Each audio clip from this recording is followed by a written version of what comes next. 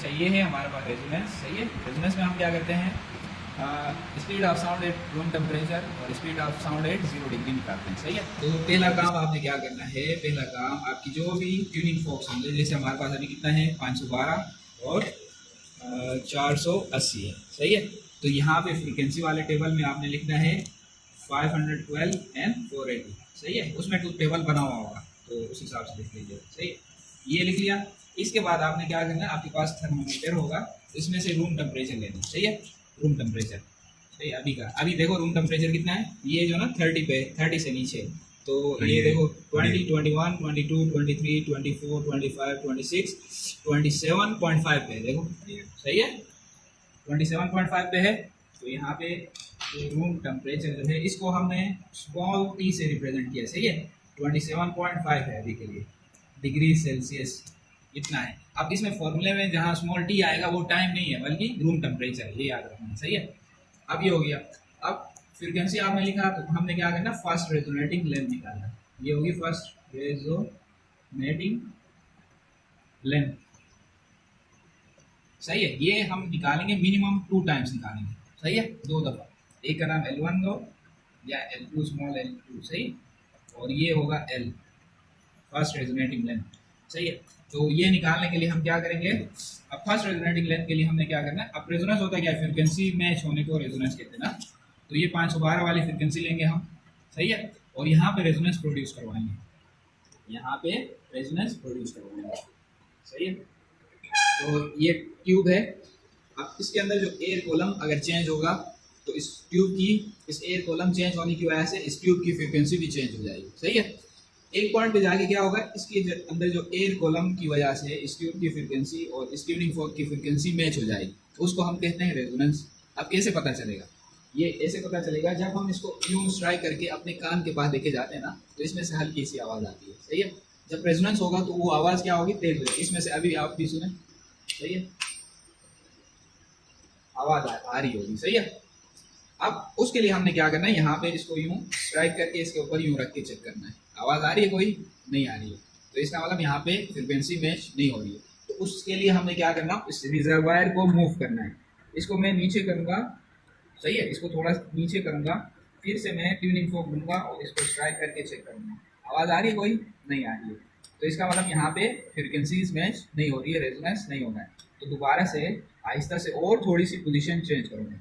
उस वक्त तक इसकी पोजीशन चेंज करूँगा जब तक यहाँ से साउंड प्रोड्यूस ना हो। सही है, उसके लिए आपने केयरफुली इसको नीचे करना होगा। एकदम से करोगे तो वो पोजीशन जहाँ पे फ्रीक्वेंसी मैच होगी वो पॉइंट चला जाएगा, तो फिर ढूंढते ही रहोगे। सही है, तो ये दोबारा स्ट्राइक करके चेक करेंगे, आ रही कोई आवाज़, नहीं आ रही है, तो हम उस वक्त तक चेंज करेंगे जब तक आवाज़ ना आए। तो इसको मैं एकदम से कर रहा हूँ क्योंकि ज़्यादा मैंने किया, क्योंकि मुझे पता है कहाँ पे आएगी। सही है, लेकिन आपको पता नहीं है, तो इसीलिए आपने केयरफुली इसको करना है। लेकिन या ये भी कर सकते हो कि आपकी रीडिंग अभी जो भी आपके जर्नल में लिखी हुई है या अभी जो भी आएगी वही तब भी आएगी, लेकिन चेंज क्या होगा, रूम टेम्परेचर चेंज होगा, उस चीज़ का ख्याल रखना।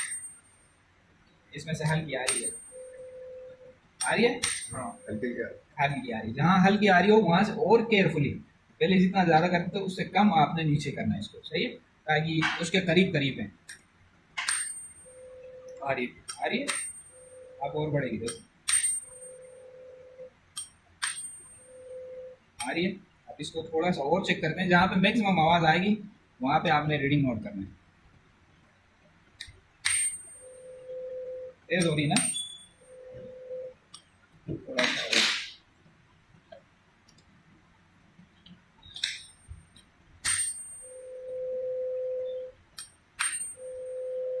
सही आ रही है।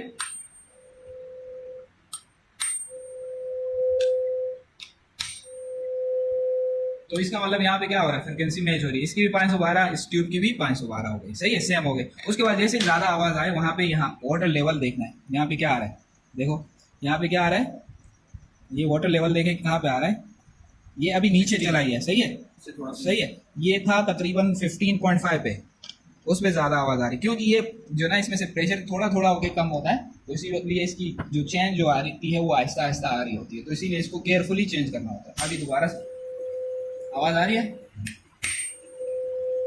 तो इसका मतलब यहाँ पे हमारी रेजोनेंस हो रही है। दोबारा दिखाओ इधर,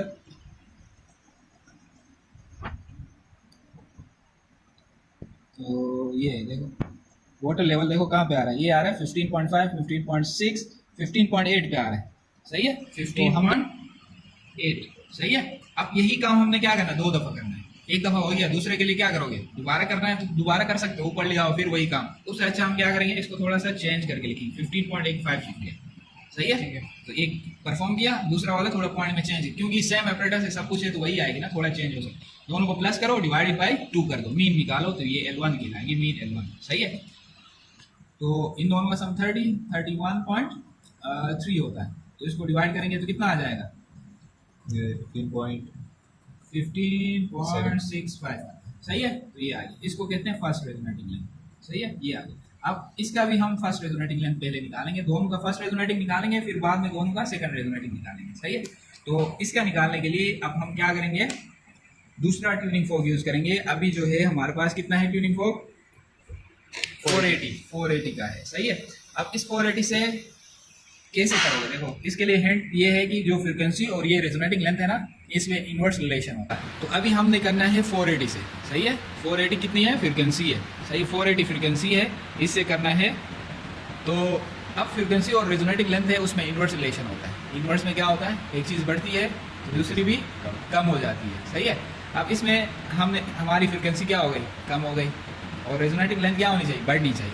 तो बढ़ने का मतलब क्या है, ये जो एयर कॉलम जो है वो बढ़ना चाहिए। वो कब बढ़ेगा, पानी को नीचे करूँगा तो एयर कॉलम बढ़ेगा, कि ऊपर करूँ नीचे करूँगा। सही है। क्यों, क्योंकि फॉर्मूले के हिसाब से इनवर्ट रिलेशन है फ्रीक्वेंसी और लेंथ में, तो इसीलिए मुझे अभी ऊपर लाने की जरूरत नहीं है, बल्कि मैं इसे नीचे लेके जाऊँगा थोड़ा सा। तो यहाँ से मैं क्या करूँगा, इस रिजर्वायर को खोलूँगा, थोड़ा सा नीचे करूँगा, थोड़ा सा, ज़्यादा नहीं करना है क्योंकि फ्रीक्वेंसीज में ज़्यादा डिफरेंस नहीं है, तो करीब कहीं आएगा। उसके बाद दूसरी ट्यूनिंग को भी आप इसी 480 वाले से चेक करना। देखो इसी के पास ही आ रही है हल्के, तो मैं जहाँ पे मैक्सिमम आएगी वहाँ पे रेजोनेटिंग लेंथ नोट करूँगा। सही है। अब इसको दोबारा से थोड़ा नीचे किया, तेज हो रही है। सही है।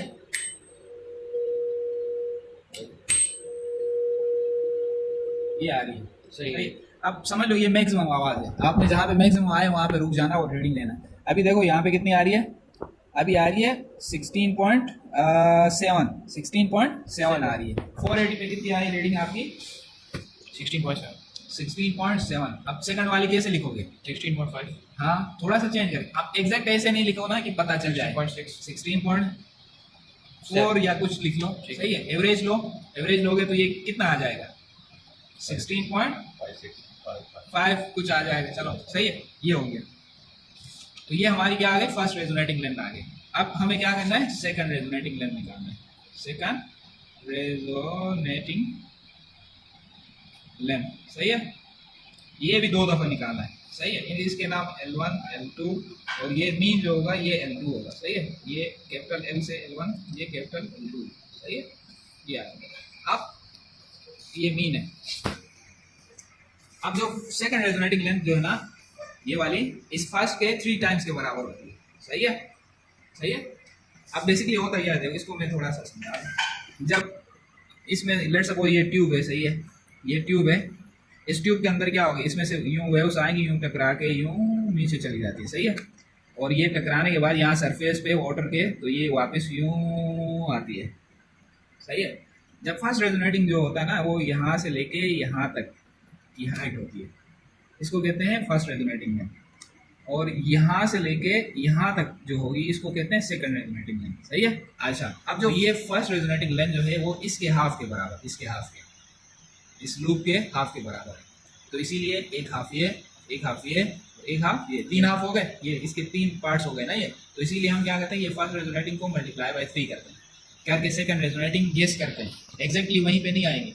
अब 15.65 है। सही है। 15 मीन कितना है, 15.65 है। इसको मैं मल्टीप्लाई करूंगा 3 से, तो कितना आया, 46.9। तो यहाँ पे एक रेंज हम बनाएंगे 46.9। ये आ गई बेसिकली कौन सी वैल्यू, कैलकुलेशन से, कैलकुलेशन या फॉर्मूले से क्या बन रहा है, या इस डायग्राम से क्या बन रहा है कि आपकी सेकंड रेजोनेटिंग लेंथ यहाँ आनी चाहिए, लेकिन यहाँ पे एग्जैक्टली नहीं आता है। सही है। अब उसका हल ये है कि हम क्या करेंगे, जो भी आपका ये मल्टीप्लाई करके वैल्यू आएगी उसके साथ +5 करेंगे। सही है। +5 करेंगे तो क्या क्या आएगा, 51.95। एक आया 51.95, और इसी वैल्यू में से जो ये वैल्यू आई थी हमारी 46.95 में से हम -5 करेंगे तो कितना आएगा 41.95। ये एक रेंज मिल गया हमें। तो अब हम क्या करेंगे, इस वाटर लेवल को डायरेक्ट लेके जाएंगे, ऊपर चेक करने की जरूरत नहीं है, हम बल्कि क्या करेंगे 40 पे 41 पे लेके जाएंगे, वहां से चेक करना स्टार्ट करेंगे, टक करके चेक करेंगे 51.95 तक। इसके बीच में कहीं ना कहीं आपको आवाज़ आएगी, सही है। तो फिर जो जहाँ पे आवाज़ आएगी वो रीडिंग यहाँ पे लिखेंगे। एक रीडिंग लिख लिया, दूसरी वाली के लिए क्या करोगे, एक रीडिंग यहाँ पे आ गई, दूसरी के लिए क्या करोगे पॉइंट में चेंज करके लिखोगे, फिर दोनों का मीन ये L1 L2 आ गया। उसके बाद फॉर्मूला लगाओ, आप जो है स्पीड ऑफ साउंड निकालो, और speed of sound at room temperature और speed of sound at air, सही। रूम टेम्परेचर एट 0 डिग्री, दो चीज़ें निकालना, speed of sound at room temperature और speed of sound at 0 degree, सही है। तो उसमें वैल्यूज पुट करके आप सोल्व कर लें तो हो जाएगा, सही है। अच्छा, तो ये हमारे पास रेंज आ गई, सही है। रेंज आने के बाद हम क्या करेंगे, इस वाटर लेवल को डायरेक्ट ऊपर से अभी चेक नहीं करेंगे हम, बल्कि कहाँ लेके जाएंगे, डायरेक्ट लेके जाएंगे इसको कम करके 41.95 पे, यानी 41 पे लेके जाएंगे इसको, 41 पे। इसको नीचे करो तो ये पानी तो आहिस्ता आहिस्ता जाएगा, क्योंकि ये पाइप थोड़ी छोटी है तो इसमें आहिस्ता आहिस्ता इसमें लेवल चेंज हो रहा है। थोड़ा नीचे करके रुक जाओ तो ये 41 पे आ जाएगा। अच्छा, तो ये आ गया, अभी देखें 40 पे, सही है, 40 पे आ गया। अब हम यहाँ पे इसको स्ट्राइक करके, सही है, ट्यूनिंग फोक को स्ट्राइक करके हम चेक करेंगे। पहले हम 512 पे करेंगे, 512 पे, क्योंकि इसकी पहले आएगी रेजोनेटिंग में। तो इसको मैं यूँ स्ट्राइक करता हूँ और इधर यूँ रखूँगा, सही है। आवाज़ आ रही है कोई, नहीं आ रही है। अगर नहीं आ रही है तो फिर मैं इसको क्या करूँगा, दोबारा से इसकी जो रिजर्वायर है इसको नीचे करूँगा। उस वक्त तक नीचे करना है जब तक आप देखो ये आहिस्ता आहिस्ता लेवल चेंज हो रहा है। ये 41 पे गया, क्योंकि हमारी 41 से नीचे 51 के बीच में कहीं आएगी, तो ये आहिस्ता आहिस्ता जा रहा है। तो मैं चेक करता रहूँगा, इसको यूँ स्ट्राइक करके चेक करते रहेंगे। उस वक्त तक चेक करेंगे जब तक इसमें से आवाज़ नहीं आए। तो मैं इसको थोड़ा सा जल्दी जल्दी कर रहा हूँ ताकि टाइम ज़्यादा नहीं लगे, लेकिन आपकी जो रीडिंग जो आएगी आप देख लीजिएगा 51 से 41 के बीच में कहीं ना कहीं आएगी, सही है। अच्छा, तो ये अभी आ गया तकरीबन 47 तक, सही है। इसको हम चेक करते हैं, देखो इसमें से आवाज़ आ रही है, यस।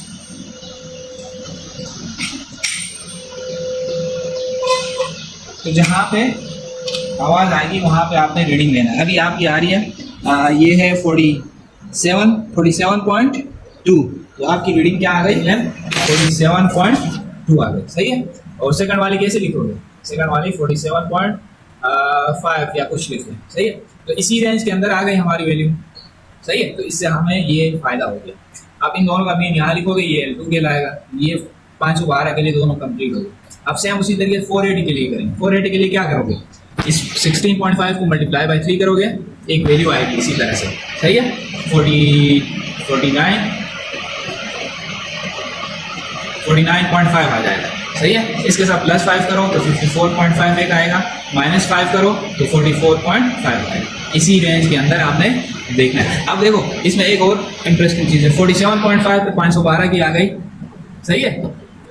और आपका ये रेंज कितना आ रहा है 44.5 आ रहा है ना। तो आपको इस ऑलरेडी यहाँ तक चेक कर लिया है, अब इससे ऊपर जाने की जरूरत नहीं है, बल्कि इससे और नीचे लेके जाओगे, कहाँ तक 47.5 से जाओगे 54.5 के बीच में अभी ढूंढना है आपको, क्योंकि इसकी लेंथ, इसकी रेजोनेटिंग लेंथ क्या होगी, इससे ज़्यादा आएगी, इससे ज़्यादा। जैसे यहाँ पे ज़्यादा आई ना, इसकी 15 आएगी, इसमें 16 में आएगी। जैसे हम उसी तरीके इसमें 47 पे आई है तो इसकी 50 या 51 या 48 49 कहीं पे भी आ सकती है, लेकिन आएगी इससे ज़्यादा। तो इसीलिए इससे ऊपर जाने की जरूरत, 44 पे जाने की जरूरत नहीं है, बल्कि यहीं 47 से ही नीचे जाओ, तो वहाँ जहाँ आवाज़ आएगी वो वैल्यू यहाँ पे लिख लेना।